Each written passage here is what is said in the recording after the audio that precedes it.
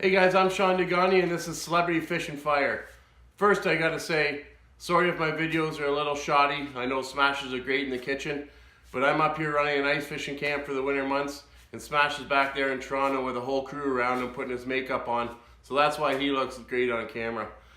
In this episode we got Dan and Jim Miller, a couple of UFC fighters, and they're going toe-to-toe to see who catches the first keeper and toe-to-toe in the kitchen. We're going to see who wins both competitions this episode, so stay tuned. We got some great action coming your way. Thanks for watching Celebrity Fish and Fire.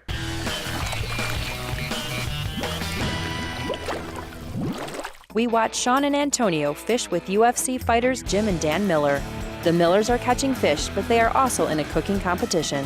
The catch is, they can't start cooking until they catch a keeper. Dan has his perch and his chowder is almost done. Jim, on the other hand, is still looking for one big enough to put to the flame.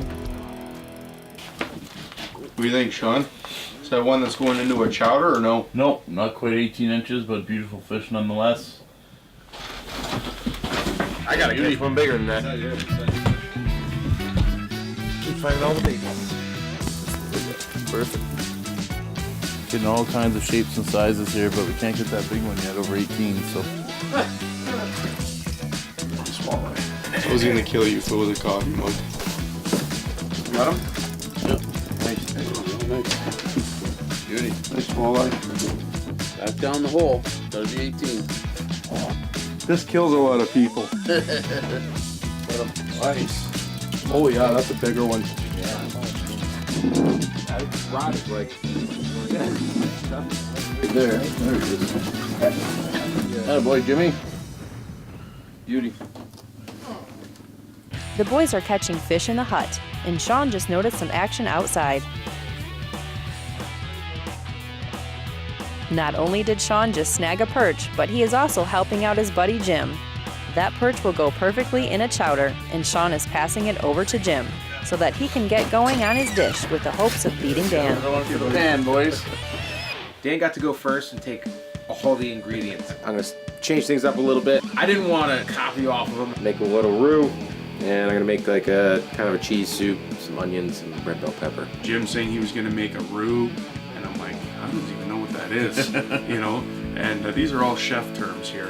Not only does Jim have the cooking skills to compete, but he even brought his own knife to use instead of Antonio's. Figure out he's Antonio by using my own knife. Beat up, sharp, rabbits, pheasants, deer, bear, case of my own blood. Hopefully, Jim won't be putting any of his own blood in this chowder, just fresh perch. And speaking of perch, while Jim is cooking, Shawn and Antonio has another one on the hook.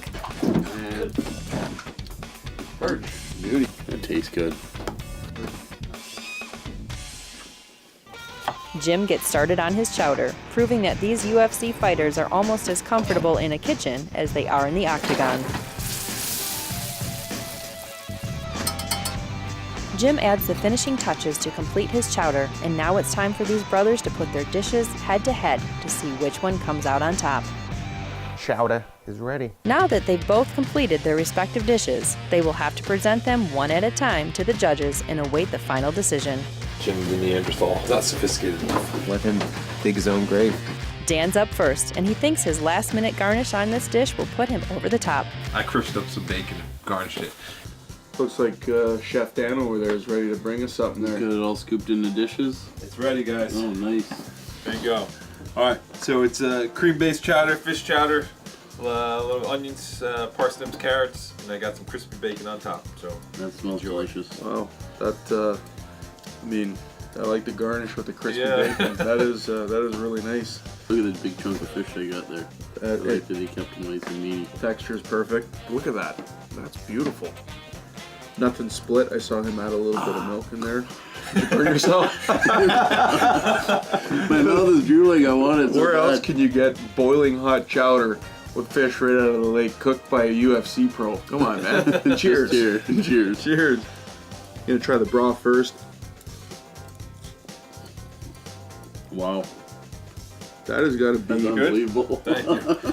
Oh, the parsnips does it though. You get the buttery, you get that buttery texture of the parsnips, the crunch of the bacon. You analyze stuff way too much. It's just good. Just kind of a typical chowder is cream based. It turned out pretty good. I'm not just saying this, bud, but this is like dynamite. Thank you very much. I'm being honest. And I mean, we're in an ice hut.